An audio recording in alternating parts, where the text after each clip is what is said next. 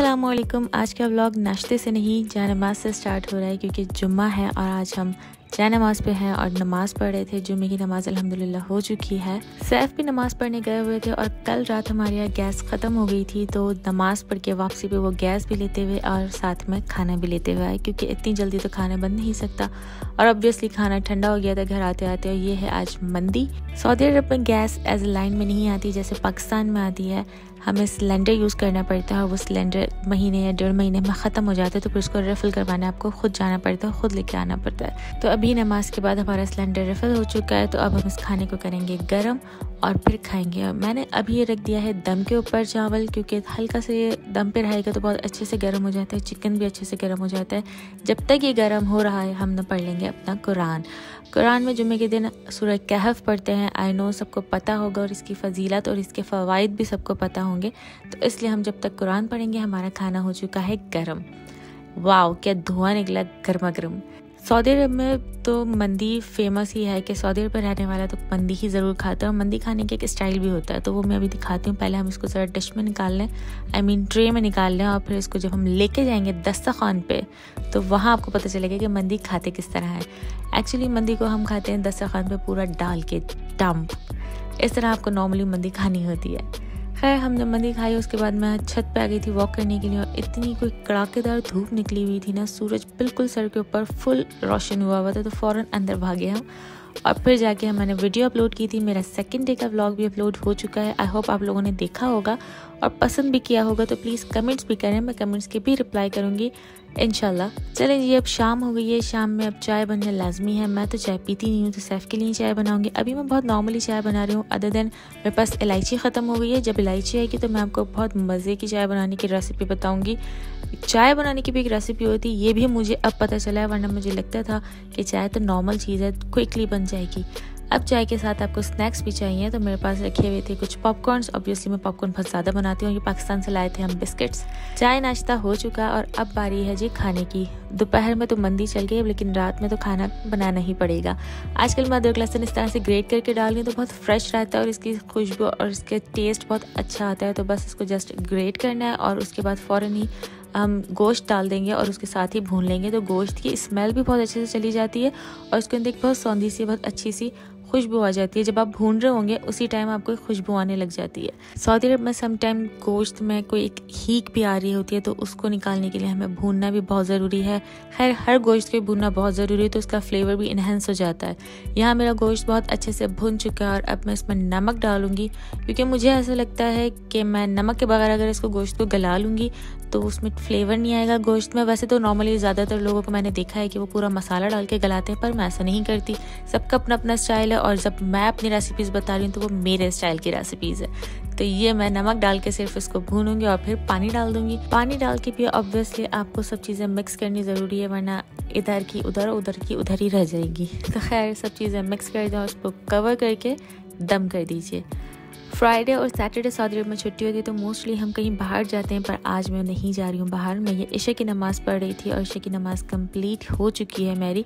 सैफ अपने ऑफिस के काम से किसी बाहर गए थे, तो कुछ सामान चाहिए था, तो मैंने कहा आप ही ले आए, मैं दोबारा नहीं जाऊँगी। खैर इशा की नमाज़ के बाद सूरह मुल्क लाज़मी पढ़ा करें। जैसे सूरह कहफ की बहुत फजीलत है, ऐसे ही सूरह मुल्क की भी है। इसकी एक फजीलत ये बता दूँ कि कब्र के अजाब से बहुत निजात दिलाती है।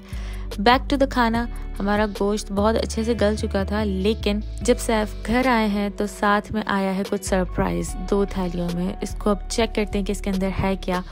ऑब्वियसली कुछ खाने का ही है, तो इसका मतलब है कि जो हमने गोश्त गलाया है इतना टाइम दे के, तो वो अब यूज़ नहीं होने वाला। हमारे पास आ चुकी बिरयानी और साथ में एक और अनोखी चीज़ आई है कि अब इसका क्या यूज़ होगा, वो अपने ही किसी खाने बनाने की रेसिपी के लिए लेकर आए होंगे। देखते हैं अब ये कहाँ यूज़ होती है। हमेशा कोई ना कोई स्पेशल चीज़ आती है जब मैं नहीं जाती हूँ साथ। खैर चिकन मंगवाई थी, वो भी आ चुकी है। आज किसी नई जगह से आई है, वरना नॉर्मली एक दूसरी थैली में आती है। और ये आटा यहाँ बहुत फ्रेश मिलता है। आप खुद अपना गंदम सेलेक्ट करते हो और आपको गरम गरम निकाल के देते हैं। ये इस टाइम बहुत गर्म है, तो इसको हम खोल के ही ऐसे रख देंगे और अपना बिरयानी हम दोबारा गर्म कर लेंगे। जो लोग मुझे और सैफ को जानते हैं उनको पता होगा कि सैफ को बिरयानी बहुत पसंद है, बहुत। और अब सऊदी अरब में, रियाद में बहुत सी जगहों पे सेम टू सेम पाकिस्तान जैसी बिरयानी मिलना स्टार्ट हो गई है। तो इट मीन्स कि हमारी तो ईद ही हो गई है। और अभी रिसेंट मुझे भी बिरयानी से लव हुआ है। अदर दिन मुझे बिरयानी में इतना लव नहीं था। खैर मैंने डिश आउट कर लिया और फिर थोड़ा सा मैंने इसको भगोने में छोड़ दिया, क्योंकि मुझे एंड में 2-3 बाइट्स गर्म बिरयानी लाजमी खानी होती है, मुझे बहुत मज़ा आता है।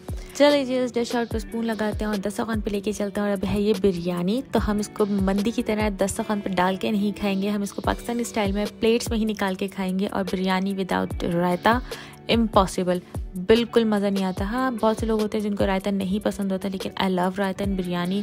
चावल का कोई भी आइटम हो उसमें रायता बहुत इंपॉर्टेंट होता है। खैर स्पून से खाने की कोशिश की थी पर बिल्कुल मज़ा नहीं आ रहा था, बल्कि बोटी ही नहीं टूट रही थी। तो स्पून रखा साइड में और अब हम हाथ से खाते हैं। हाथ से खाना सुन्नत भी है और हाथ से खाने का ये जो टेस्ट होता है ना, वो स्पून से नहीं आता।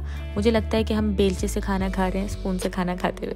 खैर हम अपना प्लेट फिनिश कर चुके हैं। अब हम आ गए अपने गरम बिरयानी के 2 बाइट्स लेने के लिए। ये 2 बाइट्स खाने के बाद ही ऐसा लगेगा कि पेट भर चुका है और दिल भर गया। अदर दिन मुझे ऐसा लगता है कि पेट नहीं भरा और या फिर दिल नहीं भरा। जब बिरयानी के लास्ट के 2 बाइट्स गरम आपके मुँह में चले जाए तो फिर मज़ा आ जाता है।